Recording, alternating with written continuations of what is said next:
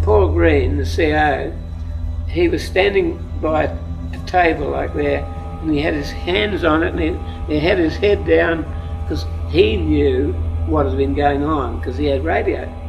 In fact, Grev Randall, who was on the other wing, he crashed at Green Island, even though he got back to Green Island, and he still crashed across the other side of the lagoon. And Paul Green himself was completely sort of distressed, and he sort of looked up at me and said, "Christ, I thought you'd been killed or something."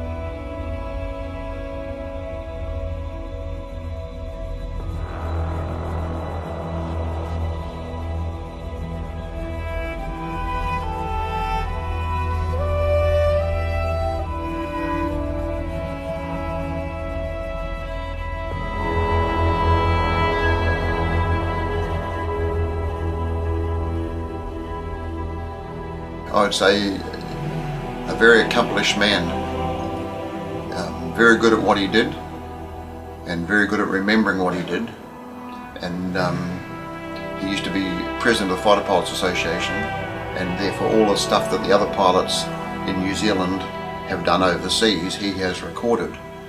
So it's very valuable historical knowledge that he has lent or spoken to other people.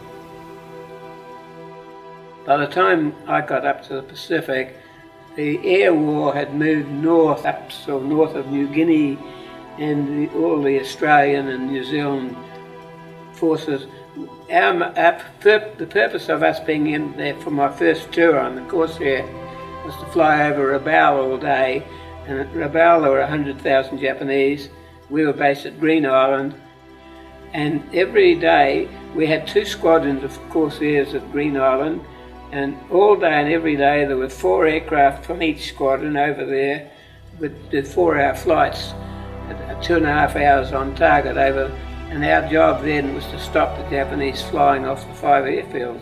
When New Zealand went into World War II, they had a very obsolete air force, and they had to move with the times. They were asked to go up the Pacific, so quickly the government decided that they needed an up-to-date fighter, so they brought in 299 for memory Kitty Hawks of various ones. The first ones to come in were E models, and they went through to N models, N and M models, and so they went up into the Pacific and in various squadrons.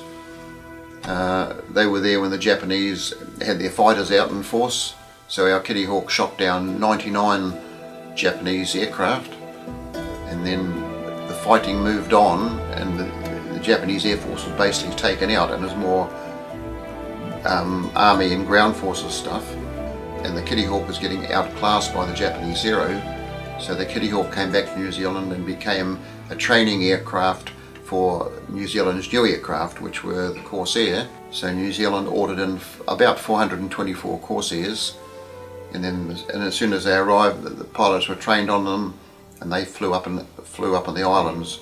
Coming in on a wing and a prayer. Coming in on a wing and a prayer. Though there's one motor gone, we can still carry on. Coming in on a wing and a prayer. P-40 is a very aerobatic aeroplane, and we proved that with them because the RNZAF shot down 99 Japanese planes for the loss of 30 odd Kitty Hawk pilots. Whereas the Corsair could carry many more times the bomb load of a Kitty Hawk. They were just as manoeuvrable, but they were ideal bombing aircraft. By the time they got there, most of the Japanese aircraft had gone, and so Corsairs were used for ground attack, strafing barges, and strafing anti-aircraft positions, and just generally assisting with whatever the Americans, who were sort of running the Pacific campaign, wanted us to do. The Japanese had had a lot of practice, and their gunners were pretty good, and they had predictors on their guns, and a predictor is a gadget like a mechanical one, not modern day mechanical thing, so that it worked out how much in front of you to aim to the target, you see. Now it took 20 seconds for them to wind the wheels and get the predictor done before they pull the trigger on the ground ACAC gun. So we were told never fly straight for more than 20 seconds. So for 2.5 hours, we never flew straight for more than 20 seconds. We just pull up and dive and turn and just, well, it was easy, just flew as if you were drunk, you know. They never shot at us when we did that, because and the other point too is that if they did fire at us, we could see the flames perhaps of their guns, you know, the ACAC guns. And so as long as we did that, they wouldn't shoot at you. Corsair was an awesome aircraft with a 2,000 horsepower Pratt & Whitney double WASP motor. Because of the long nose, it was very hard to see around the nose, so they had to be very careful on landing. Originally designed with folding wings, so it could be used on aircraft carriers. The wings would fold up and make it easier to store. Pratt & Whitney R2800, that means 2,800 cubic inches, and it was 2,000 horsepower, but with water injection in operation, it was 2,200 horsepower. And even the prototype Corsair flew at 417 miles an hour level.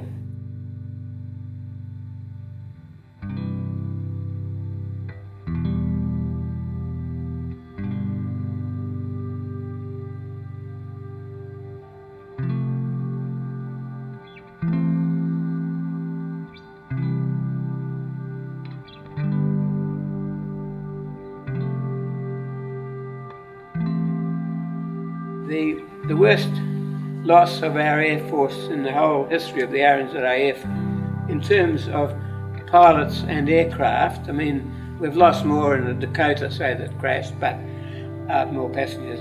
But in terms of aircraft, this was the worst loss of the RNZAF in World War II, where we had one pilot shot down in the morning, Frank Keefe at Rabaul, on a bombing trip, and he was hit by ACAC and caught fire and bailed out.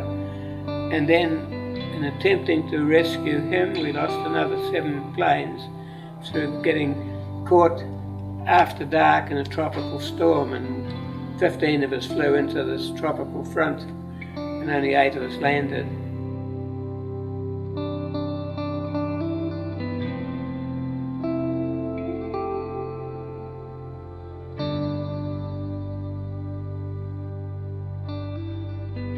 Now, we'd been there about 3 weeks, but I've still got a scar on my right knee where just on about the second day at Green Island, we moved into a big Quonset hut, more or less in the jungle, and the Americans who had been in it had built a shower complex of timber.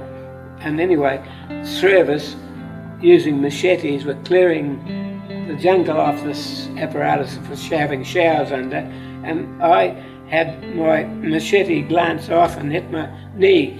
So I had 10 days in hospital with a big gash in my knee. So I was about 10 days behind the rest of the squadron. And I'd only been flying for 9 days before Black Monday, but it just happened to be my 20th birthday. And it just happened to be a day off for me. So I spent the morning, the Americans left us a beautiful, very nice raft in the lagoon. We were just a few yards from the lagoon. It's a coral atoll, Green Island. And so I was on my own because I happened to be off and others weren't. So I went out down to the lagoon and got on this raft, swam out to it, and spent the morning sort of lying on this raft. And I was sort of thinking about my parents quite a bit, because my brother had been shot down over Germany only in March of that year, or March of '44. That was 8 months earlier. But my parents had only just heard from International Red Cross that he and his crew had been found by the Red Cross and they were all killed. So I knew that my parents had just heard that my brother had been killed, you see. Initially he was missing, believed killed. And so naturally I was sort of thinking about them and home and all that. But it wasn't until lunchtime, when I went back to have my lunch, that I heard that chap Frank Keefe, there were 2 squadrons there, number 14 and number 16, and I was in number 16 squadron, and we'd fly together on missions. And that morning, we both had pilots on this raid on Rabaul, and Frank Keefe of 14 Squadron was hit, and his Corsair caught fire, and he bailed out. And so, that afternoon, I was detailed, although it was my day off, to go on a mission to Rabaul to try and drop some rafts to him. Because our life rafts were bright colour, he was only a kilometre from the shore with 100,000 Japanese around him. So he only wore his Mae West jacket. And the idea was that they had the natives at Green Island manufacture 2 green bamboo rafts, which they would be dropped to him swimming, so hoping that he'd be able to climb on the rafts and paddle out at night, out of the harbour. It was in the harbour. So I flew with Paul Green and Grev Randall over to Rabaul about probably 4 p.m. when we got there, I suppose. And Paul Green, my CO, sent Grev Randall up to 10,000 feet to act as a radio link, VHF, radio's line of sight, with Green Island about 150 mile away. So he was sitting at 10,000 feet. Paul Green and myself, I was on his right wing. We went in at high speed and we passed right over the top of Frank Keefe near big rocks in the middle of the harbour called the Beehive Rocks. And I still remember seeing him breaststroking away, and he'd been doing that since 10 in the morning. Now he was a strong swimmer. Now he had got well out towards the harbour entrance during the day, and then the tide brought him back in again. These bamboo rafts were brought over by a Ventura bomber in the bomb rank. Now, to protect the Ventura during the raft drop, they sent 12 more Corsairs to strafe around the waterfront and to protect them and to protect us, because Paul Green, when the Ventura arrived, Paul Green led it and I flew right behind it, about 100 yards behind the Ventura, and we flew around behind the volcano right at treetop level so to avoid being shot down. We were, in fact, one of the Ventura crew, writing about this after the war, said that we were looking up at the coconuts, he said. Then we came round and Paul Green steered the Ventura to where Frank was, because we knew relative to the beehives where he was. And I flew behind. When I saw the rafts drop, and they dropped just beside Frank Keefe, Paul Green fired his guns in the water, just like 6 guns, just to splash, to show the Ventura pilot where to drop them, when just beside Frank Keefe. And while we were doing that, the 12 other Corsairs were strafing. I never saw them, but they were strafing. Luckily, none of them got shot down.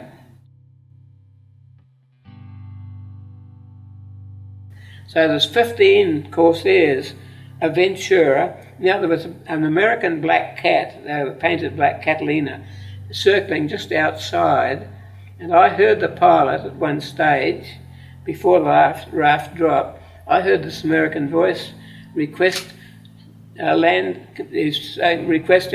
and pick up the downed pilot. And then Paul Green just said negative, because it would have been suicidal for the Americans to do that. So after the raft drop, there was a 12, Paul Green, Grev Randall from up top rejoined us, and the 3 of us were one group. And then of the 12 Corsairs, there was one formation of 8 and one of 4. The formation of 8, the leading ones were 14 Squadron, and the 4 sitting right under them was 16 Squadron. And then there was 4 more 14 Squadron Corsairs on their own as well. So there was 4 squadrons, 8 squadrons, 12, and the 3 of us, 15 of us. We flew just past Cape St. George, which is the southern point on New Ireland. That's all Japanese controlled. And soon after that, right in front of us, it looked like a blackboard. It was just pitch black. But we had nowhere else to go. And so we flew into this front. But I didn't turn any lights on because it was broad daylight. But I didn't realise, I really wasn't aware of time at all. I didn't realise that it was right on dusk when we hit it. And so for probably 10 minutes or less, I could see the other two aircraft, Paul Green and then Grev Randall on the other side. And then I got spatially disorientated. And that is where you can feel that you're banked like that, but you're not. Now, in the Harvard, if you flew into a cloud and did steep turns, and then you leveled yourself on the AH, that you could swear that you were flying like that, and that's how I felt. Oh, then it got pitch black, just a matter of minutes, because in the tropics it gets dark very quick. And I didn't have the lights turned on because I didn't realise it was going to get dark that quick. So then, and I was fully engrossed in trying to formate on the other two. It got to where all I could see was Paul Green's right-hand wingtip light. And so I was trying to formate on a light as well as being disorientated. And now his wingtip light suddenly disappeared. He'd turned his lights on. Mind you, he had a lot of experience compared with me. And so his wingtip light disappeared under my wingtip. So I was, a couple of feet from hitting him. So I just hit the stick hard to the right, and then I was trying to get the cockpit lights on, but I was flying looking out to my left and reaching down under me on my right to 20 switches in a electrical system box. And there was about 20 switches on it. And so trying to get cockpit lighting, I was switching, looking there and down and reaching here, switching lights, like light switches. And thereafter I had no electrics, I turned the battery switch off. In the dark, couldn't see it. And then I immediately looked forward. Now the only two instruments I could decipher were the AH, which was just one fluorescent bar, and the small one in the middle, which is your aeroplane. And I could see from that I was in a bank, and also the aircraft symbol was below the bar, which meant I was diving. So I was in a diving turn to the right. When I looked, so I immediately hit the stick to the left to level the little airplane, and I brought the stick back and lifted the little airplane above the bar to put me in a climb attitude. But the only other instrument that I could read vaguely was the altimeter, and it was like a clock face, only with 10 dots around, not 12. And there was one major fluorescent blob at the top, and that's 0 feet, and that's how high I was. Now, we'd set our altimeters at Greenholm at airfield height, and it was 40 feet above the sea. And I had no idea, because I had been monitoring instruments, had no idea that we were flying that low. So then I was completely on my own, and I didn't turn the aircraft ever because I didn't even know what direction I was flying in, because I couldn't read the compass, couldn't read anything at all, and no radio, so I couldn't talk to anyone either. And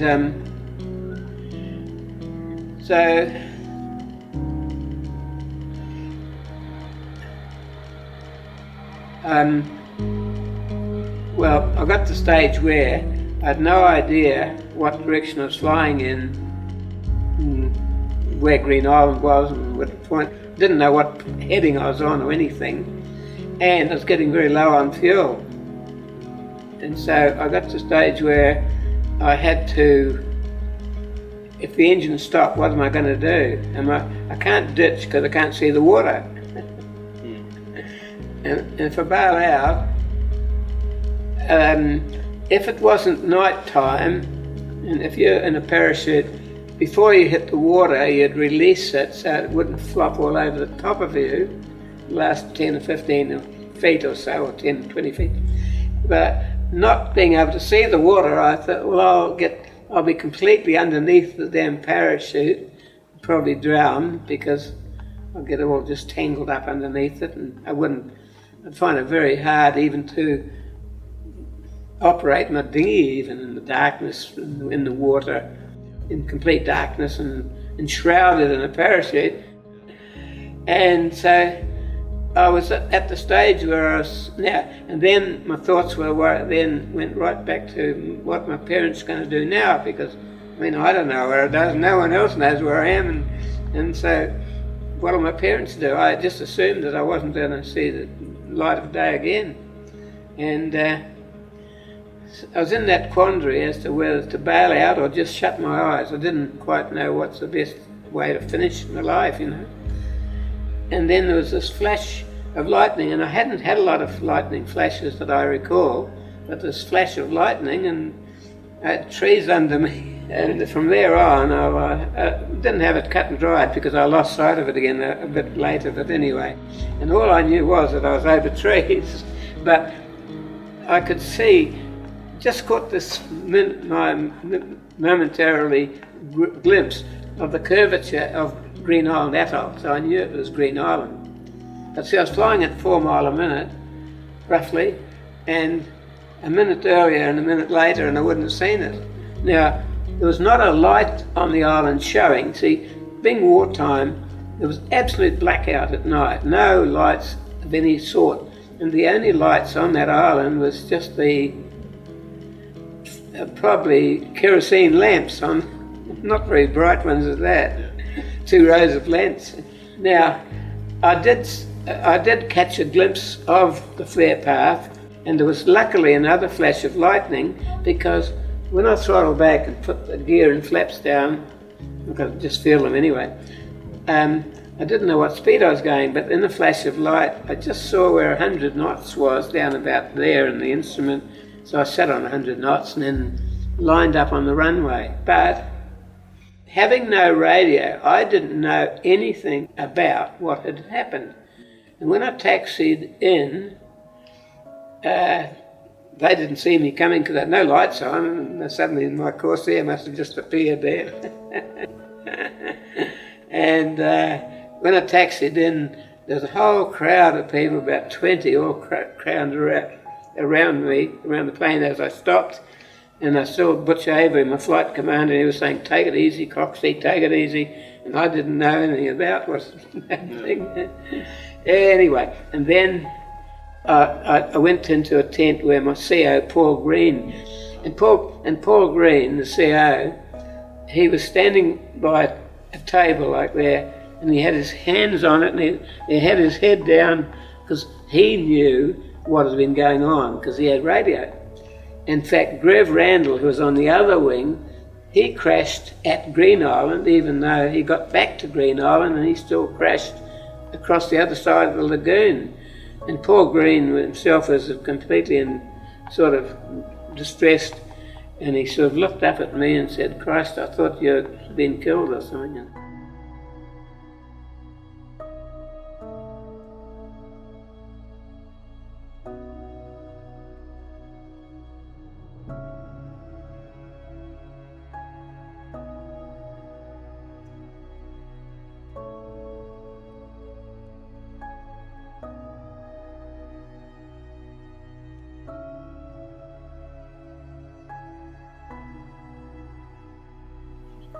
A Japanese officer who had been a merchant navy officer before the war, been to America, could speak English, and not only that, he had been to a Christian Bible class in Japan run by some American missionary when he was a teenager, and he knew the Lord's Prayer because he said they always started their lessons with the Lord's Prayer.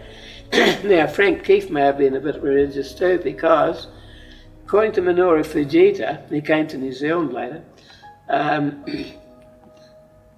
well, he sent the boat out with 2 soldiers who were growing vegetables and that, and they brought Keefe back in, and then they were waiting for an army truck to come to take him to the prison camp, and so they spoke a wee bit to each other, but anyway, he claims that as the army truck came up, that they said the Lord's Prayer together. But anyway, he claimed that there was white or bones visible. And so Frank died 2 weeks later.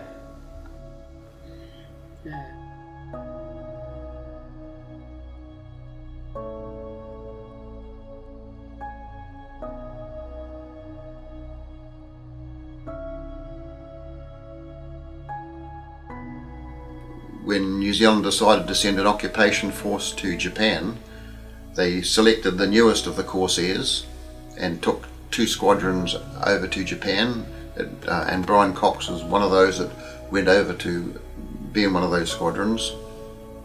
And after a year or 18 months, when it was decided that New Zealand was no longer needed there to look after New Zealand interests in the occupation of Japan, it was decided that the Corsairs, by then it was more cost effective to burn them rather than to bring them back, because technology had moved on and we already had quite a few of them in New Zealand.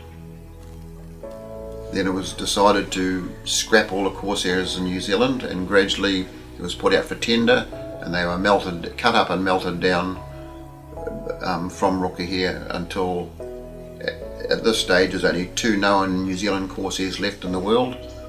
One of them, 5648, is based in Masterton, with another New Zealand original Kitty Hawk NZ3009, which was originally a 14 squadron aircraft.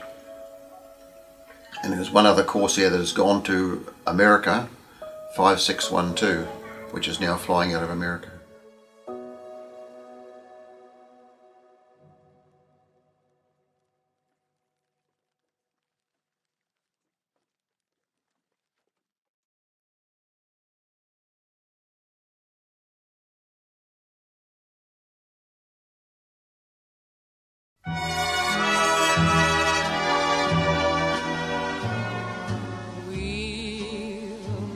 Again, don't know where, don't know when, but I know we'll meet again some sunny day.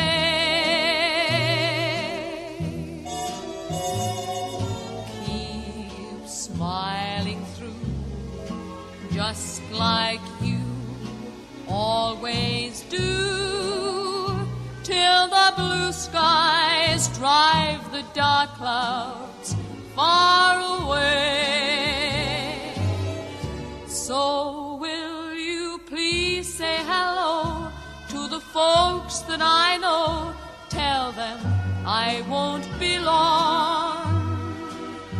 They'll be happy to know that as you saw me go, I was singing this song. We'll meet again, don't know where, don't know when, but I know we'll meet again some sunny day.